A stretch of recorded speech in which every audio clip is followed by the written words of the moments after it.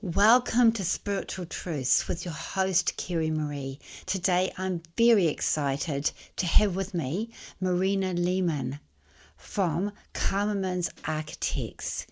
She'll be talking to you about creating your sacred space, no matter how small or large it is.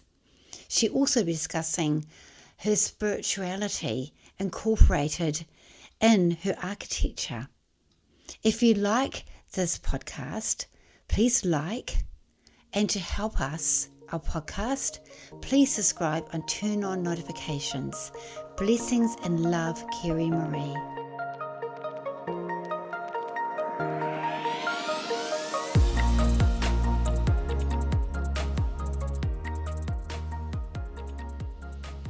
Hi, Marina. I'm really excited about our podcast. So am I. I've been thinking about this. Yeah. Yeah, I think it's going to be quite a deep podcast. Yeah. It's going to be about creating your haven, almost like creating your sacred space. Yes. Creating your sacred space. And I think that's just so important. Look, we're both wearing black and white today. It's meant to be. Meant to be. And also, I love the name Marina. Thank you. Oh. It was one of my choices. Of I didn't end up calling my daughter Marina, but it wasn't on my list. So I love your name. Really? Yeah, it's very special. I love your name. It's a bit exotic, a bit different. Oh, I like exotic.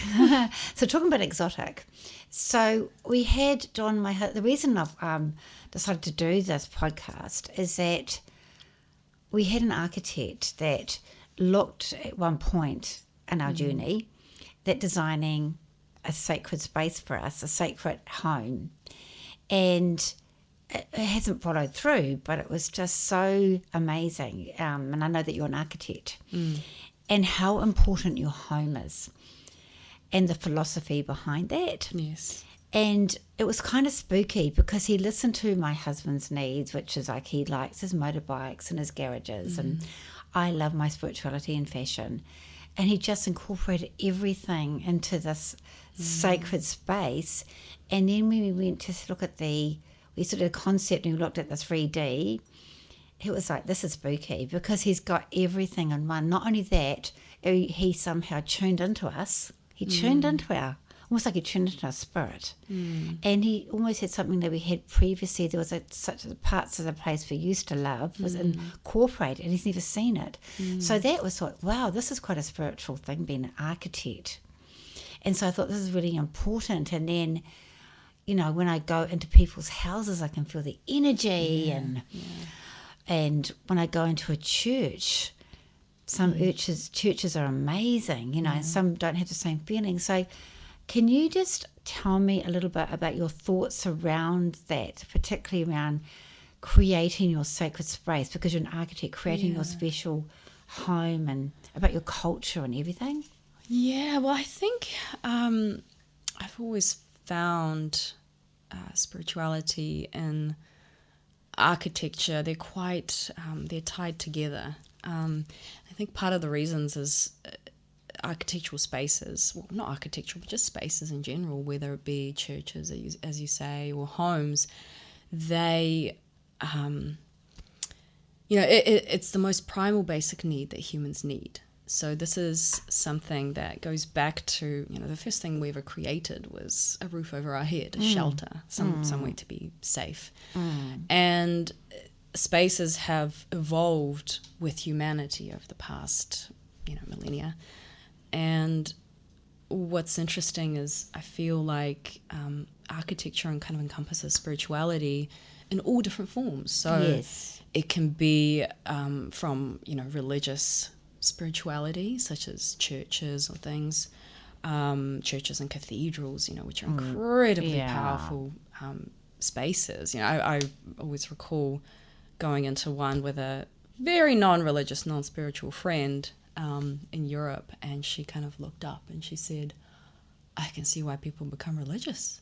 Wow. Because it was just so encompassing, Yeah. And then you've got spaces which are spiritual from an ancestral or historical point of view, spaces like, say, Holocaust memorials. There's an amazing Libeskind one in Berlin, and these museums, they're not, they're so powerful. Again, you don't need to know so much about the history to walk into the space and just feel that weight and that depth, and It's huge. you feel it with your spirit and Yes. spiritually. And then the other way, in your home, maybe to some people it's that, say, nature is their, their spirituality. So absolutely. the way that their home is sculpted around their needs, their own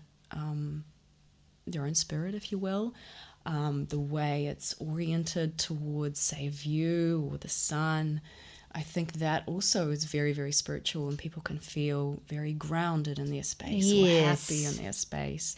And I think that's where architecture is just such a powerful tool to build the spaces around you and the the world that you encompass day to day. Yes. And you have the power to make it happy, or Yes, make it bring you down, or make it Yes. whatever you want it to do. Yeah. I agree. Like last week, I felt that I didn't have my upstairs. I was looking a bit tired, and there's just a couple of little things, just some stuff I had to do to alter it. Yes.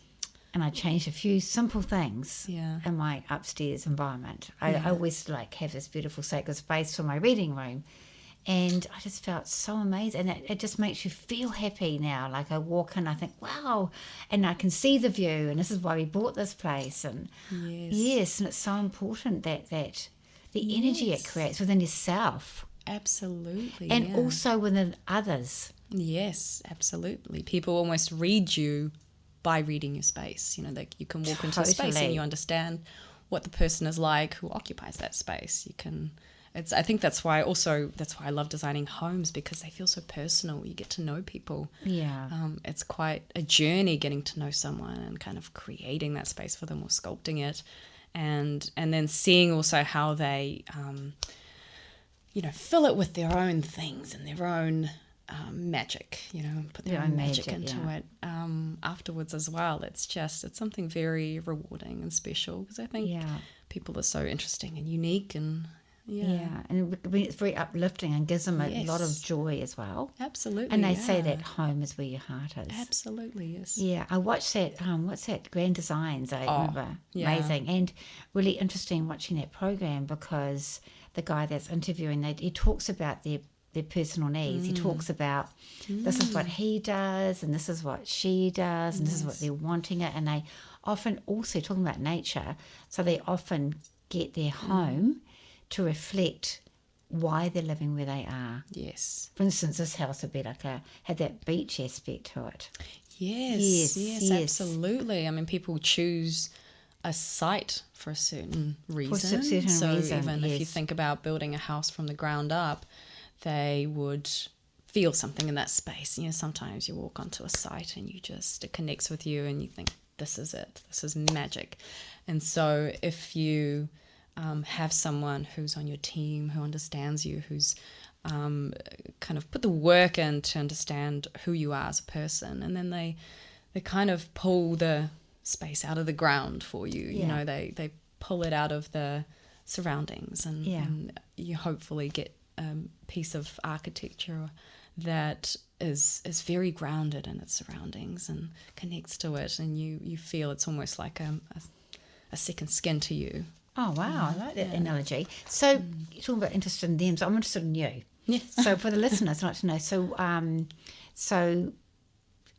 just tell us a bit about yourself, like what drew you into architecture in the first place, but a little bit about your background and what drew you into architecture. Oh, my background.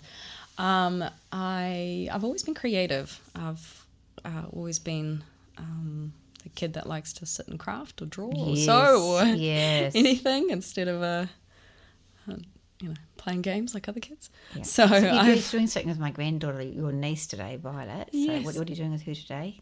Oh, I'm giving her an art history lesson. Oh, wow, amazing. Art history is amazing. Art history, yes. It's so...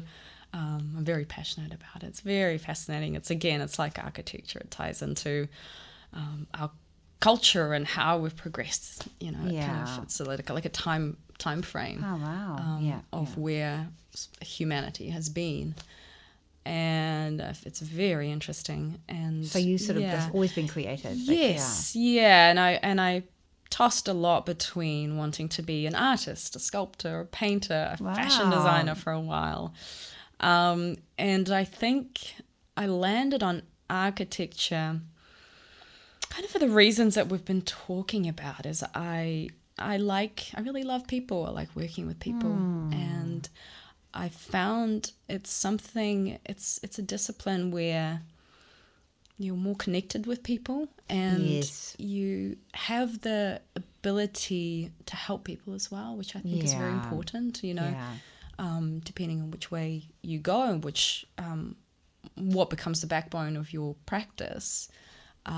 It can be something that helps the environment and helps society, or helps the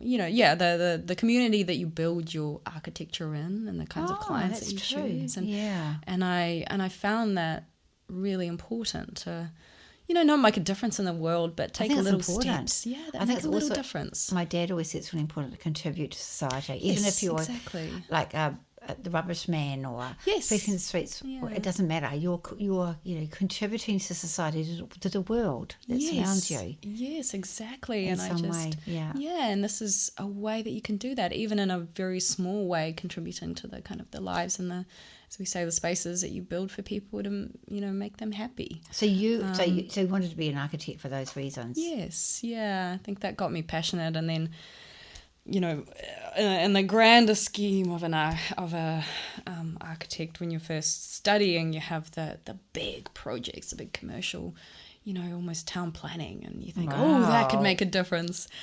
And then the more I got into it, the more I explored and refined, I guess, my skill set. It drew me more and more into residential, and that's where I think that's where I landed. Where I thought, if I can build a few happy spaces for a few people, like I loved when I first, after finishing uni, it was 5 years of uni, and then my first job was working for Franz Kammermans, and I just loved, when I first walked into the practice for my interview, I loved that,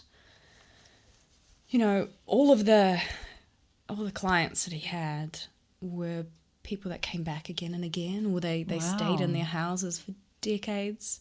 Wow. And later on, as my career progressed, and even now, I get to talk to these wonderful clients, and you go to visit this house that he designed, and built like 30 years ago, and their face just lights up talking about it. Wow, really? And talking about the space, and I guess the difference between just, this is my house, to this was a space that was built for me, and it's got, it's very special to me.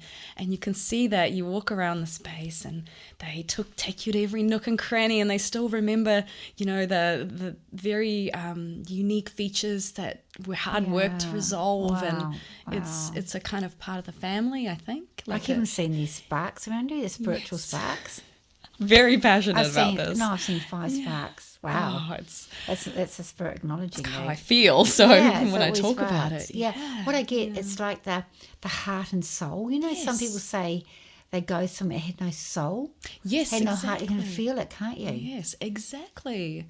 And it's very inspiring. It's kind of, you walk away from that and you go, this is why I'm here. This is why I'm doing this. I love this. Yeah. So you're more than just like, good job. You're passionate about it. Yes. Yeah. And I think that's what, that's why architects do what they do. It's why a lot of creatives go into their fields. They don't really do it just, to have them to do a good job. They do it because they're really passionate. Wow, and that's I think amazing. That's amazing. And it's interesting what you said before. You mentioned something earlier on about how the architects have created this history, this art history, how they've gone, like it's created the timeline.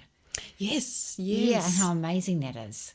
Yes. Yeah. And it's incredible. It's mind-blowing. Yes, and like art history ties into architectural history very well, I think, as well. And that's what I found interesting, both studying architecture, you delve right back into architectural history, and then same with art history, is I I think people, particularly in the modern world, we, you've got, this is art, this is architecture. A lot of people, if they're not creative, they separate it and they go, oh, that's not something I'm into. That's not my thing.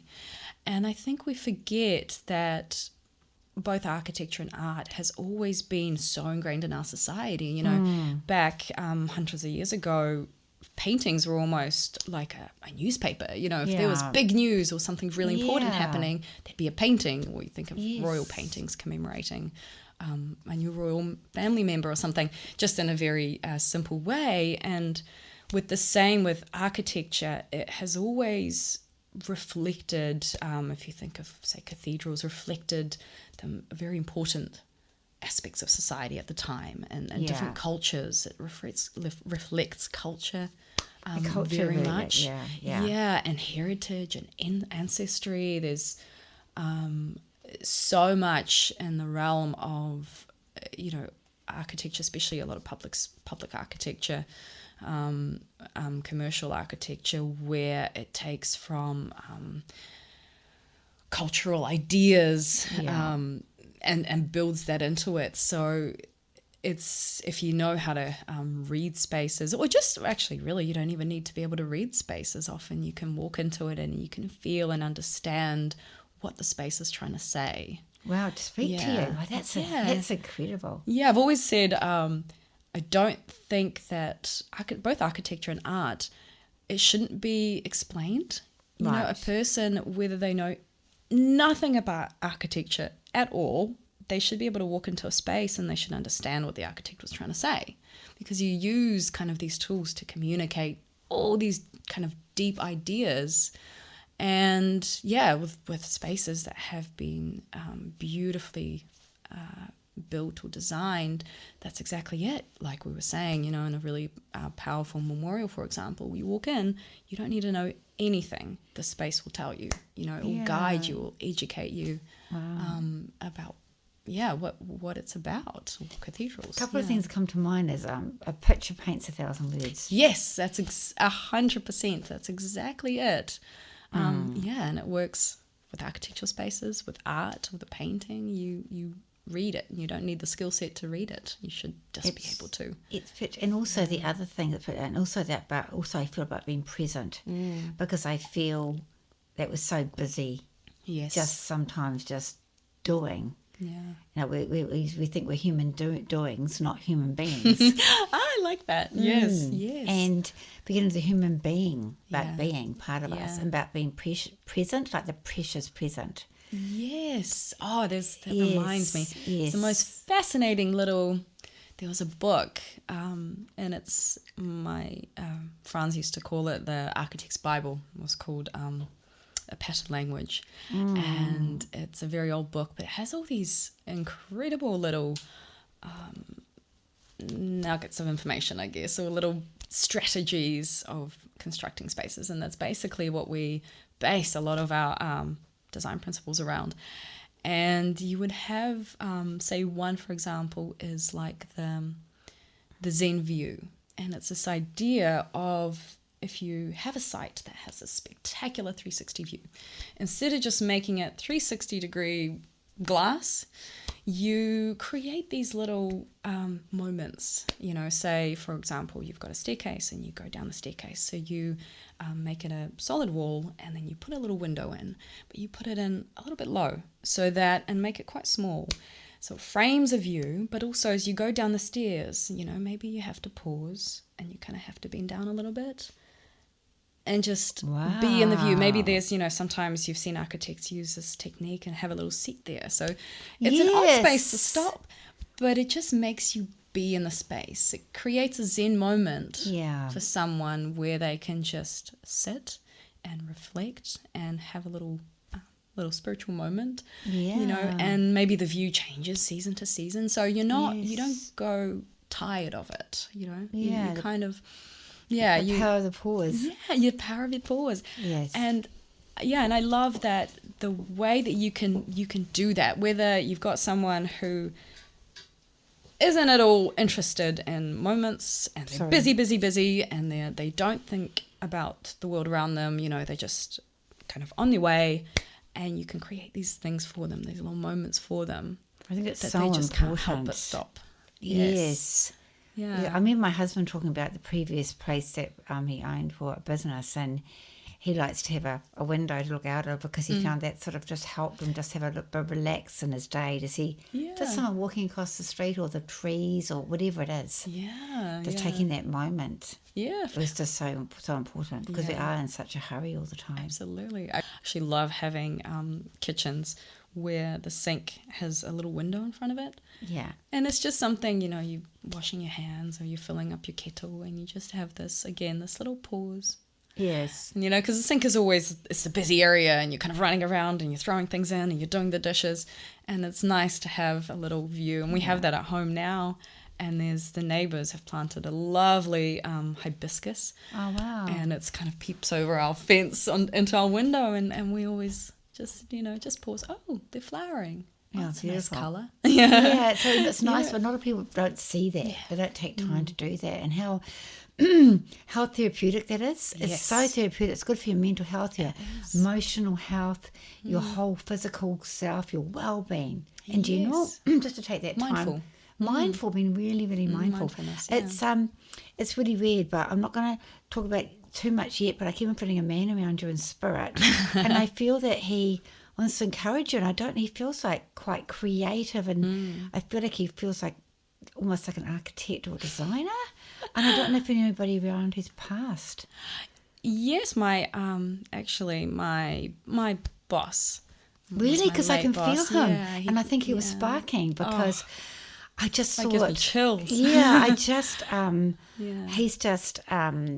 he just thinks you're so important. He just thinks you're so important. Oh, you're going to make me terrible. Yeah. And he wants to salute you. Yeah, and he just said, I've come home. And he just has a really strong connection with you, like the soul connection with you. And he just says that you're really fabulous. I think but he got very tired. He got very tired, and I don't know if he got a bit dizzy. Oh, my God. He got quite dizzy, he's telling me. Would you understand that? Thank you. Yeah. Oh, thank you. That means the world. Do you understand about the dizzy? I do. Yeah, and that made you really sad. Yeah. And it's just that his business, it feels like he's a businessman. He sort of felt like he passed the reins to you or something. Yeah. Yeah, and it was a time, and but he said it's fabulous over here, and it's beautiful, and the colours. He's talking about the colours. And he loves your sister. And he trusts her. He said he trusts her. So he said, keep learning, keep getting the knowledge. Because he says, so I used to do this at the end, but he just came in, and he said the fruit's about to bear. Oh, the fruit's about to bear, and it's almost like you've got to fertilise the trees. Yeah. And the bush will grow, and the fruits will appear. And he's clapping you. Oh. And he's pushing you. And he trusts you. So it's like I feel the reins were held. Oh. Does this make sense to you? Yeah. So I've worked with. He kept on coming in. Yeah, I worked with him for. And he calls you double trouble. Oh, Did he ever say that to you, double trouble? No, actually, but I can see that with Julie. He didn't get to work with both me and double trouble. My sister Yeah, he said it in little winks. Yeah. Sorry, so he was firstly very, very colourful and vibrant man who wore happy shirts all the time and loved colour. And I, of course, came in as someone who wears a lot of black and white and was always intimidated. And he was the most inspiring person I think I've ever met. I've worked with him for about 8 years, and he taught me everything I know about architecture. He basically, I don't have the words to describe how much of an impact he had on me, and kind of built who I am as an architect. And we've been working towards this what is it, takeover? Wow. We'd call it. So he was getting tired. He was getting ready to retire, and He feels exhausted, just tired. I think he's well dressed and presented. He's really proud of his clothes. Yes, absolutely. And we started working towards this plan, and but he passed away. Quite unfortunately, I think he became ill and passed away in April this year. He told me April. Yeah. Oh my goodness. I didn't want to interrupt you, but he kept on yelling at me April. Yeah. I didn't say it. It's always hard to say after, but he said April. I don't know if he liked the bicycle as well.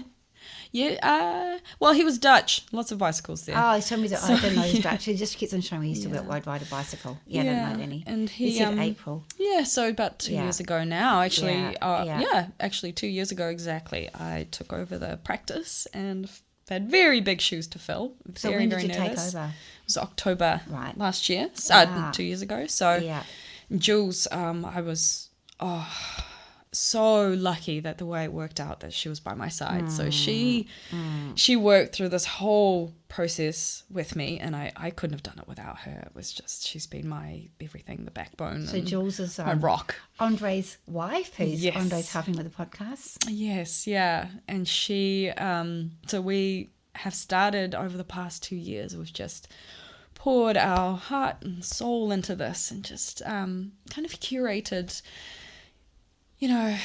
where we want it to go. And what is it like?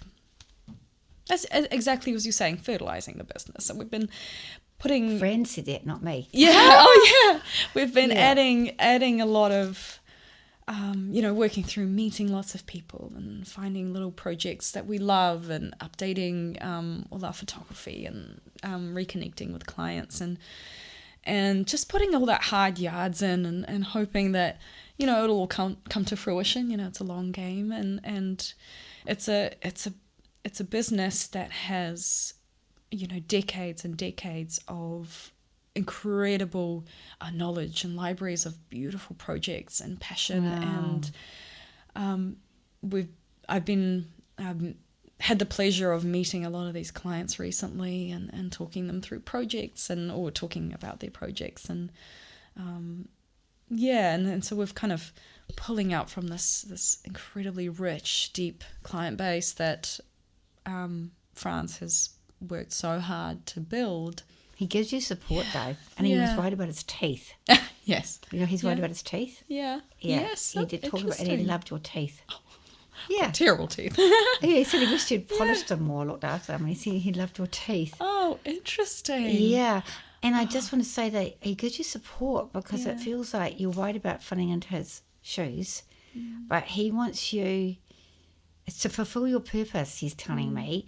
And he looks after, and he's encouraging you. He's more like your coach, and supporting you and mentoring you through. So rather than feeling like I can't do what he did, he just tells me there's no rush, and he said to pace yourself. It's very much him. That's exactly what he'd say. If he was alive, that's exactly what he'd say to me. But he also said give to the poor. Yeah. Yeah, he's very humanitarian, give to the poor. Yeah, he always did that. He was incredibly generous. And he loved animals. As well. Yeah. Yeah. I always wonder about the cat. And he talks about the purring. Yeah. Yeah, the cat. Yeah, so he thinks you're terrific. So I don't want you to think that, I feel he doesn't say don't think you're going to fall into his shoes. He sort of wants you to, he's going to give you the knowledge, and just take it, pace yourself, and like the tortoise and the hare. I love how you are kind of bringing up little analogies, and he always would do that. Would he? In our conversations, he would always bring in little. It's exactly what he'd say. He'd say, like the tortoise and the hare. You know that story? Yeah, that's good. So you know that he's there. Yeah. He's teaching you, so just be open to that, because so spiritual. I've always felt that anyway. When ever since he passed, I'd always think, there'd be moments where I just think, I wish I had my mentor. He had, I know he'd be able to help with this issue or something. Him? Yeah, that's what Jules said. Why didn't you just ask him? And I always felt like he was there, and I kind of always felt this support behind me. So I'll explain this to you, because you're an expert at what you do, but when you put the thought out to him, so it's a bit like thunder and lightning. When you hear the thunder and then the lightning comes later. So when you ask Spirit for something, there may be some delay, and they won't give, and they suddenly give you the inspiration and they'll say it in a way that you weren't expecting, or you'll be drawn to something. Because what they do, they use art. So you'll look at something, or we'll see a number plate, or I'm going to be talking in my next podcast about Signs and Spirit. Yes. So if you put it out to them, it'll come back to you. Yeah. There'll be usually, I'd say there's a delay. Usually, I don't say always, but usually there's a delay for me personally. And then he may show you in a way, or speak to you, or however your senses work, and he said to me as well, he just said, it'll always make commercial sense. Interesting. Commercial sense. So I'll just try that. Yeah. Yeah. See if it works. And it makes so much sense as well. Yeah. Oh, I had so many thoughts while you were talking, and I've just a little Taken away with it. Yeah. What got me is when he said April and I hadn't said it. I just couldn't. I thought he's really here. Yeah. But I keep on saying I saw he does purple because I saw purple flash next to you. And what's No, funny, purple. I always thought the funny thing is he loved architecture so much. He's one of those people who's so passionate, and I always thought he'd never retire. I don't think he wants to. He got weak. Yeah, and in some ways, I always think, when I feel him around me, I think, oh, Franz, rest. You don't have to keep working and supporting me. I don't know if he was sure about the spiritual side of things, though, was he? He wasn't too sure about it. No. He thought it was a load of rubbish, he just told me. I just said interesting. He said, I thought it was a load of rubbish. Interesting. And he's, but really happy to meet his mum. Yeah, so, yeah. Isn't it interesting? So I'm going to move on for you. Yeah. And what I'm going to ask you about is, you talked about the process.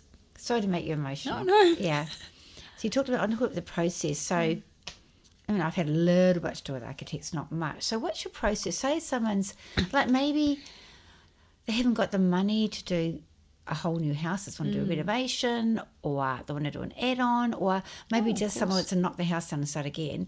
So what's the process that you go through for the listeners so they understand? What's the best way what do you do with it for your customers? I mean, no project is too big or too little. We've noticed, like recently, we've had a couple of renovations that are almost finished, and one you're talking about. I think initially it was just additional deck or revamping the deck, and then we just did a little bit of a couple of square meters push out of the front porch. But the impact that those little changes, or seemingly little changes, have on the overall layout and how they use the space is just night and day. It's really, really important. Very, not powerful, but so even small changes can make a world of difference to a space. And sometimes it's just exactly what that space needed. So no renovation or change to a home is too small. Everything is worth considering if it's the right thing, and you always get the value that you get from it far exceeds the money spent, I find. That's interesting. Yeah, I mean, often it's when you're stressed during the process of it, and you might be thinking, oh, this is costing this much and this is costing this much. But if you follow what you actually want to do, once you're finished, 3 years down the track, you're not going to think about how much it cost. You're just going to be thinking, well, it was worth every cent because I have enjoyed it every day. That's what I've found. So it's an investment. It is a real investment. So your own home, your own space is such a massive investment, just to your well-being and your day-to-day well-being. And so that's to start. It doesn't matter how big or little it is. I think it's really important that it's designed well. I think that's the key. And that's why I feel it's important to have someone like architects involved early on to, design that well. And so the process is so once you kind of meet with the client and we talk through. We keep a very open mind. So often clients may have an idea of what they want, and sometimes they have no idea, and we're there to take the reins completely so we can take it all. Or if they want us involved, less, if they have a design background or they feel strongly, that's fine. Like, we can work with whatever is needed, I guess, or whatever whatever fits.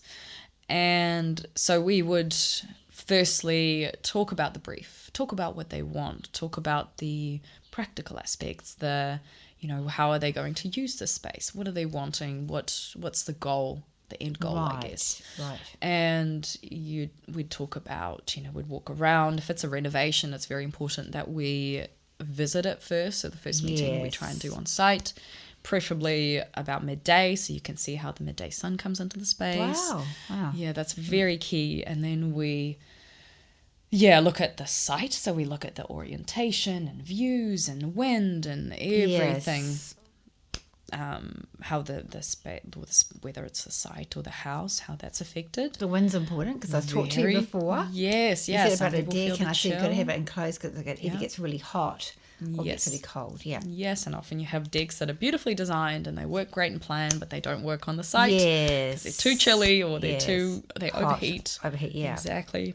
And then, so once we have that, we might also talk about aesthetics. Some people have very strong, they come from New York and they've got a real heavy New York influence and they want some of that in there. Or they're minimalist and they just want it to feel really airy and spiritual, or, it can be whatever. So from that, we kind of build a little bit of an idea. A brief just doesn't seem to encompass what all that entails. But yeah, we build a brief and we curate this brief. Then we do the more practical aspect or side of it as we go through the planning controls and laws and regulations around the site. So where are the limitations? So you start to, from this empty space, you start to build a bit of construct. So constraints. Sorry, you build constraints.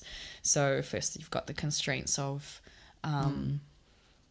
aesthetics and practicalities, and then limits of the site, orientation, and it almost starts to design it for you. I remember sitting down with Franz and saying, how do you design? And that was exactly how he kind of talked about it, is then, you map it out and you start mapping it and refining it and refining it.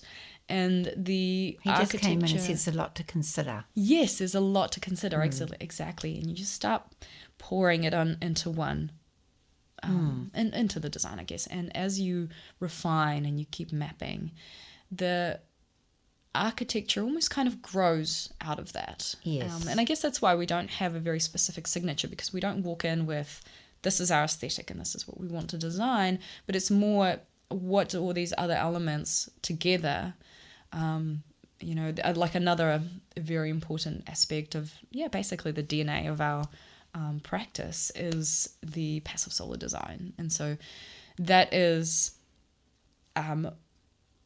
very basic principles, as Franz used to say, it's high school physics, of how a building or a space is oriented.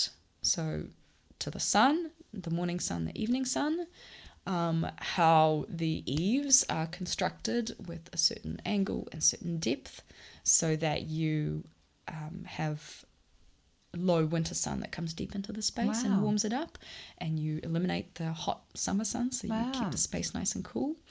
Having adequate ventilation in the right places and the right heights, so that you have cross ventilation. And all of those elements together with say thermal mass, so thermal mass that retains the heat and helps keep the space warm during colder evenings. So all of those elements, they're very basic, but if they're part of your DNA, you kind of incorporate it into every building. So every building is very efficient on its own without auxiliary heating or cooling. You don't need heat pumps and things, hopefully. My husband's we've got an electrical business, Calland Electrics, it's our name. Yes. It's quite a big company, but he talks a lot about that with me. Yes, yeah. He talks a lot about like say for lighting and that sort of thing, about the spaces, and I can't remember the name of it, some name for this lighting, how much light it takes out, but it brings out, there's a name for it. He talked to me about it. Yeah. And he talks about the heating and all that sort of thing as well, because he's been electricians, because he does design and build, and he can design the electrical. Yeah, exactly. And it makes, like we've found, just say you have your concrete slab, your designed space with your Yes. eaves and everything, and your ventilation. And often all you need to do is just add a little bit of say in slab heating, and you might switch that on in the very coldest couple of weeks of the year, or or month of the year, if that. And that's all you need, because the space in itself is designed, is very well insulated, high spec, and so it's comfortable as it is without having to add more to it, and it makes your heating and cooling efficient as well, more efficient. So anything you add works more efficiently. What about lighting as well? Yeah, lighting. As you were talking about it, I was saying that's the other thing is, again, natural light is crucial to a space. I think natural light makes humans happy. Yes. As much artificial light as you put into a space, you can never really imitate natural sunshine and kind of the way it changes throughout the day. So lighting, again, is very, very crucial. And another interesting pattern language is light from two sides. I always think about that one. That it's good to have two sources of light in every room. Wow. And it just provides, say, one is your direct light, your sunlight, and then the other one is more of an ambient light, and it just gives a more dynamic feel to the space. Yeah, it just gives that feel. The lighting does give a real feel. Yes. It really does. Kind of uplifting. Yes. Yeah. You've got Christmas lights, Yes. Yeah. Or ambience at a restaurant. Or yes, exactly. like And plus, a little light here. yes, exactly. Yeah. And plus, light often has a big impact on how you read the colors in the room, Yes. the paintings in the room. It can, like certain artificial lights, they can cool down a space or they can warm up a space. And so like every one of those choices it kind of curates how you want to feel in a space. That's so important. Do you want to feel like you're on a beach? This is... It's very sacred. Yeah, it is very sacred. It's very personal, I think, as well. Very personal. So you talk to people and you have a lot to be considered. So Yes. do you do like a concept? Is that what the first do? Yeah, so we personally like to, that first concept stage, because you delve so much into all of this, we do go quite detailed. So by the time we present the preliminary design, we've gone through, as I say, all the legal restrictions and everything. So we know by the time we present it, it's quite well refined. It's got a lot of detail in it, and we know that it's buildable. So we're presenting to you something that we know we can then work with and we can deliver. And often, it's quite fun when you have a concept or a 3D, and when you finish the building, I like to compare them, especially when they're the same, and you go, we did it. That's exactly it. Yay. Yeah. Must be very rewarding. Yes, yeah, exactly. So we present that preliminary design, and... So it must be hard with all the legal stuff changing as well. You keep up with that? Oh, yeah, I think that's just part and parcel. That's something that it's always ongoing. You always do your courses, and we go to a lot of lectures together and read a lot of literature. So as these things come up, you just keep up to date. Yeah, it's part of the profession. Yes. And then so after that, hopefully if the client is happy with the design, if they're not, then we keep working on it until the client has something that they say, yep, that's exactly what I wanted. That's satisfied, yeah. Then we move on to the developed design, and that is more refining. So by then, the layout is exactly as you want. And by then it's, say, shifting a door a little bit or making it a little bit bigger, or maybe shifting that window. So it's just tweaks to really finalize what you want. Plus we get structural engineer involved at that stage. That's important. Any other professionals. So by then we'll hopefully know if we need resource consent, because we've got a design to work with. So we can start actioning all those practical consultants as well. Geotechnical design or whatever is needed. And then once that's all the ducks are in a row, then we move on to the building consent. And that is, I think, one that most people recognize. So that is the construction documentation to go to council, which is then approved. So that is the bulk of the drafting, if you will. So that's all the detailing, and really just trying to now make the concept buildable, which is often underrated, but the amount of design that goes into that, like, for example, the simplest details or the simplest looking details are often the most complicated to try and work out, because you're trying to hide things and you're trying to make it look sleek or clean, for example. So that's where a lot of the work and the brain power goes in, trying to put together that construction set. That goes to council, that gets approved with a big tick, and then after that is the construction stages. Before the construction stages, we also have a CD, which is construction documentation. This one, so the previous stage is building consent documentation, Right. and then we have the construction documentation, and that is a more detailed, say, kitchen and bathroom specifications and drawings. So that's when we can design the kitchen in detail, or the finishes, and so it's already designed. But the in finishing the is plan, important, isn't but it? yeah, so this is the kind of more of the feel of the space in terms of materials and the kind of appliances and fittings and things, bathrooms. That's when we could select colors, select hardware, all of that kind of So stuff. you're involved in all that, the interior absolutely, design. Yeah. I mean, again, absolutely. So we can do, we've done projects where we design furniture. So Wow. to go with the house. Wow, So really? yeah, we can do the whole lot, or we could do just of up to building consent. We can do whatever, however much the So you client can wants do us to work do. with a builder sometimes? Yes, yeah, and then we move on. So we depends on the areas and where the builder works. I think that's easier for us. We can work all over the world technically, because we can design a house, which we have. Yeah, we've done houses overseas as well, in Rarotonga or Really? the Netherlands. Yeah, because you've got email these days and And the Zoom? internet. So and Zoom. So we can design spaces everywhere. Not every builder can build everywhere. So we have multiple builders that we've worked with and really love, and so we can recommend builders. How exciting. In the end, it's always the client's choice, so that's we're kind of independent to anyone else. So we can recommend, but it's up to them. Often they may have a builder that they like to work with or have worked with before, or so then we work through the construction. So again, we can facilitate all of that. We can do the procurement, so we can find a builder for them. If they have no idea and we have no one, we can go through the tender process with them, take them through it. Wow. Once we find a builder, we can do the contract administration. So we draft up the contract between the builder and them, and we Really? Wow. and then we go on site. We make sure that the building is being built as per the drawings. So we kind of facilitate that. We're the in-between man, just to make sure that everything runs smoothly, and follow up on anything, provide more details if they're needed, and also construction observation ties into that as well. So that's observing the works, payment claims, all of that stuff. So we can facilitate that, again, as much or as little. Sometimes the clients like to do that themselves.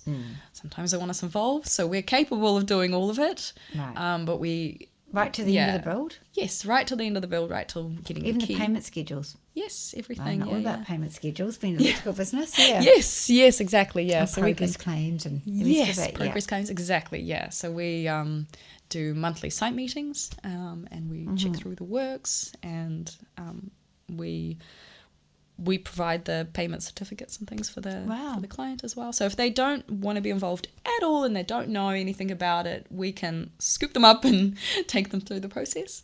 Or if they are an interior designer and they're really passionate about certain aspects, we can say that's fine. I'm happy to work with you on that. Or Because I'm just talking about smooth. Yes, that's the idea, is that we make the process as smooth as we can. Because it can be enjoyable. stressful, can't it?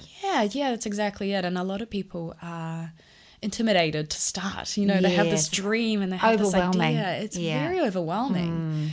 And we've done it for, I can say I've done it for a decade now. So we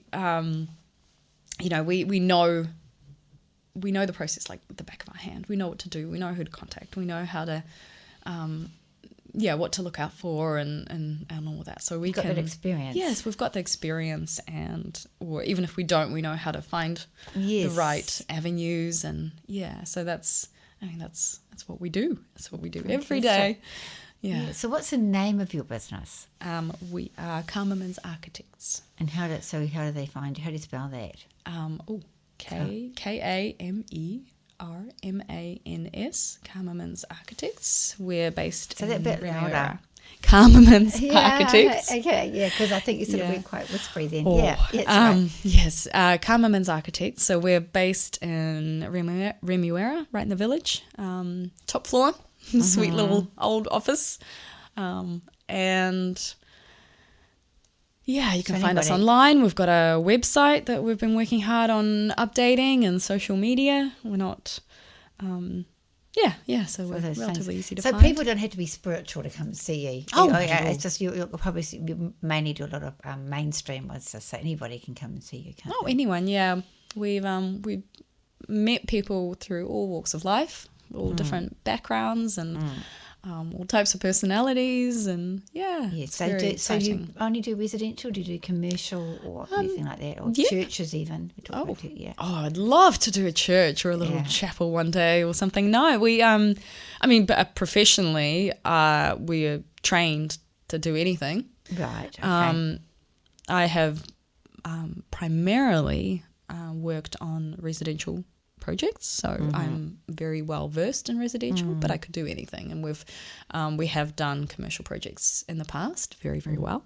Some beautiful ones in our portfolio. Something that comes to mind, I don't know why, but I keep on seeing landscape. I keep envisioning landscape. So do you have any involvement in landscape? Yes. So Franz's wife, before she passed away. I just got to spark. Yes, before she passed away, she was actually our landscape designer, our landscaper. So she did a horticultural degree, and she was also very, very knowledgeable, and she passed a lot of information on to me. I worked with her, the pleasure of working with her on a number of landscape projects as well. So we can do the landscaping for you, so we could do everything on landscaping, your project. because the landscaping is really important. Yes, because I'm aware our place at the moment, the landscaping is not good, and I have clients coming to see me, and I think we've got to get this sorted. Yeah. Well, I didn't notice that. I think it's lovely. Oh, thank you. But that's what I've been aware of that, and landscaping. I think it's crucial because again, it's kind of grounds your building, so you need the right. It leads you around. Like, there's another interesting. What was a pattern? It was the front door. The front entrance is always often it can be neglected, and it can be very confusing in a house. Yes. So how you make your way through the site, and we've got a beautiful one in Queenstown where it's oriented at the back corner on a diagonal, and so you have this beautiful kind of veering path, tree-lined path through the site, and it kind of opens up the building as you travel down it. So landscaping is very powerful. So you were in a magazine, weren't you? You were the front cover of a magazine. So just sort of proudest moment. Yes. So what, tell us about that. We were on the cover of Home magazine, and was it Home and Living or just Home? Home magazine. Okay, just Home magazine.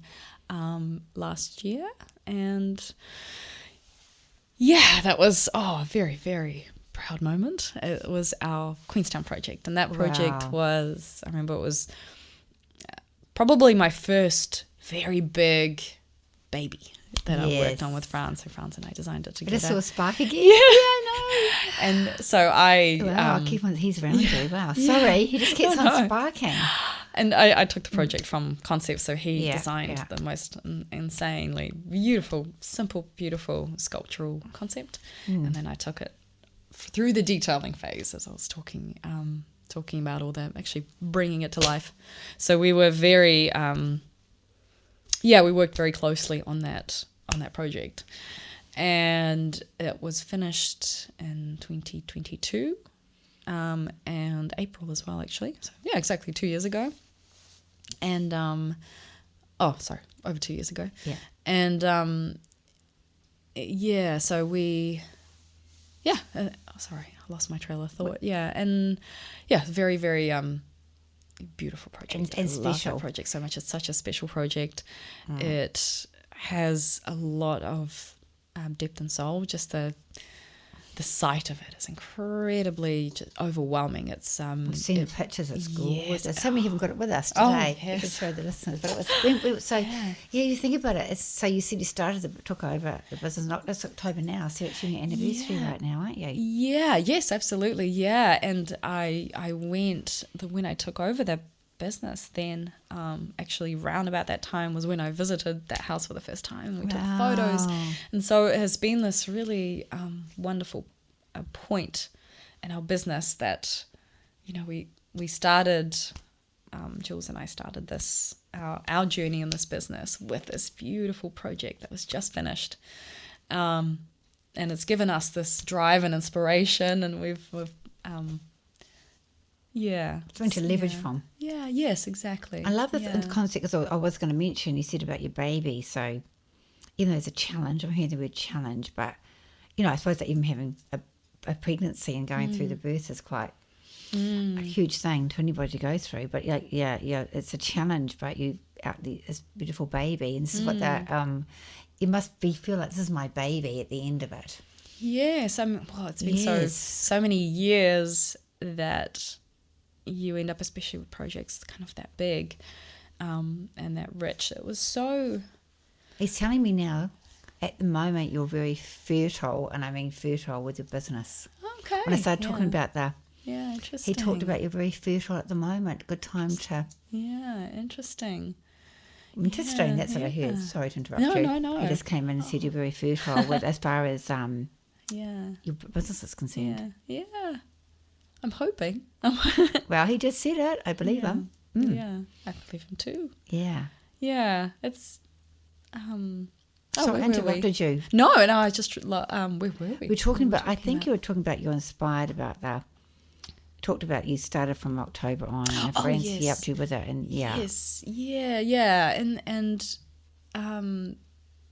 the project's really kind of interesting in itself. I mean, we love all our projects, all our babies, and as you were saying with the baby, that's the thing. You spend so long kind of working on this project and refining it, and you think about it. You know, once you're in a project, it encompasses you. You can't sleep. You are working through details in your head all the time.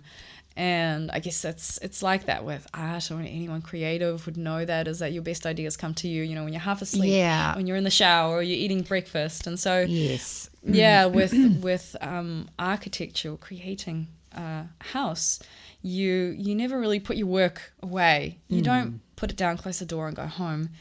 You take it with you in your head, and you work these things out. And all the most complicated details and things always came to me, like, 3 a.m, you wake up and you go, oh, I think I know. That's often, I feel that's, because you're an artist, I feel it's a spiritual intervention. I feel that's spiritual, inspiring you. That's, when you're in that altered state. Yes. Because you're not logically thinking, and you're relaxed. Yes, exactly. And you're kind of open to ideas. And so sometimes you do kind of have to have, if you're struggling with a detail, you kind of have to put it away and just walk away and have a moment and kind of let it come to you in a way. It's good though, isn't it? Yeah. Good advice. Yes, absolutely.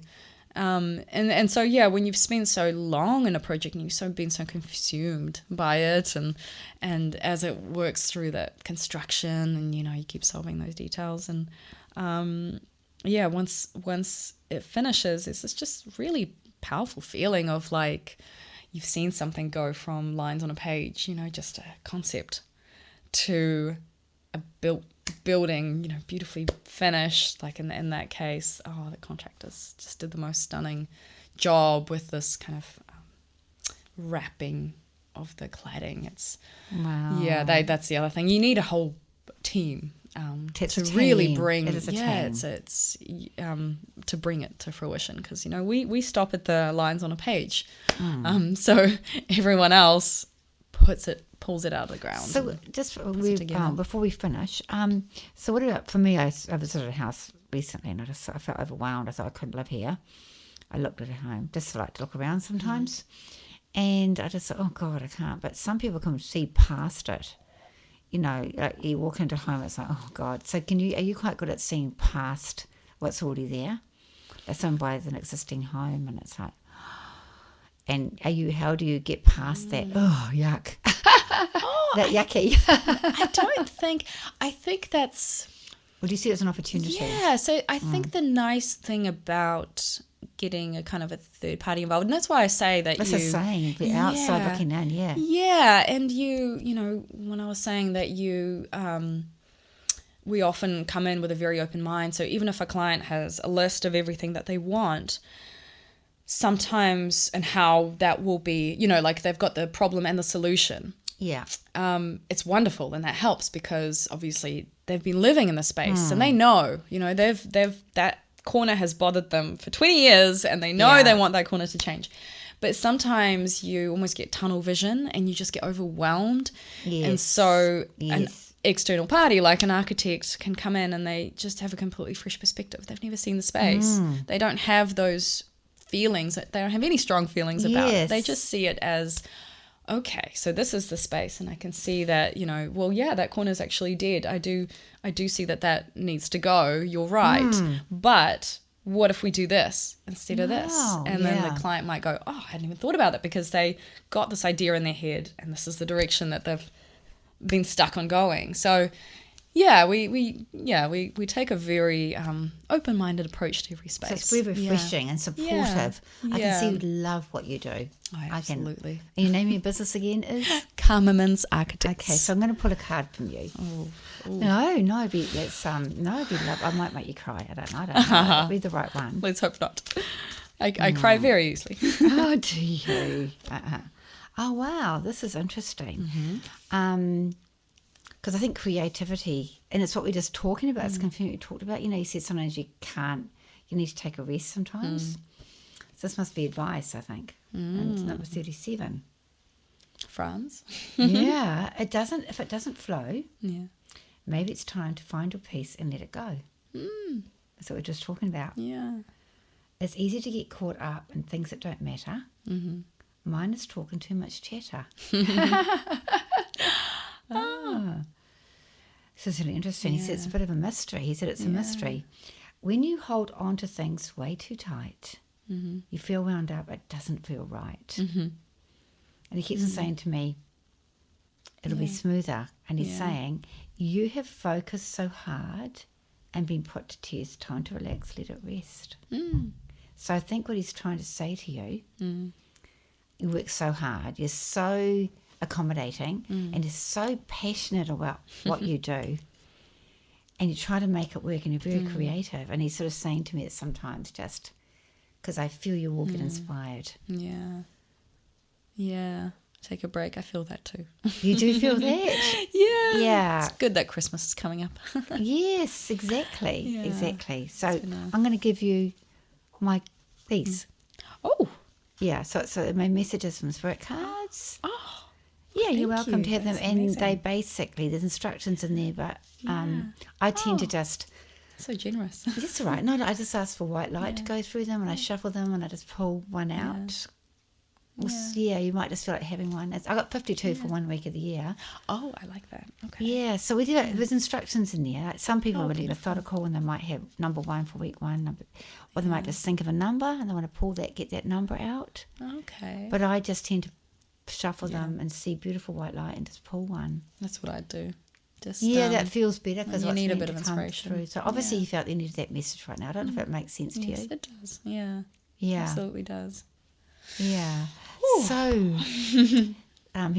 blessings and love to you. I really enjoyed our podcast, I did too. And I think that you're so passionate and you're so loving and caring about what you do. It really it's you care, and it means so much to you. And I hope that people watch this podcast come to you, whatever, if they need a deck, or they need an alteration, or they need a completely new design or home. They know how to get hold of you, and I know they're going to be in touch. Yeah, I'd love to meet some new people. Yeah, so there's you and Joy to have your see business. some new stories. Yeah. So thank you so much, my darling. Thank you. Blessings.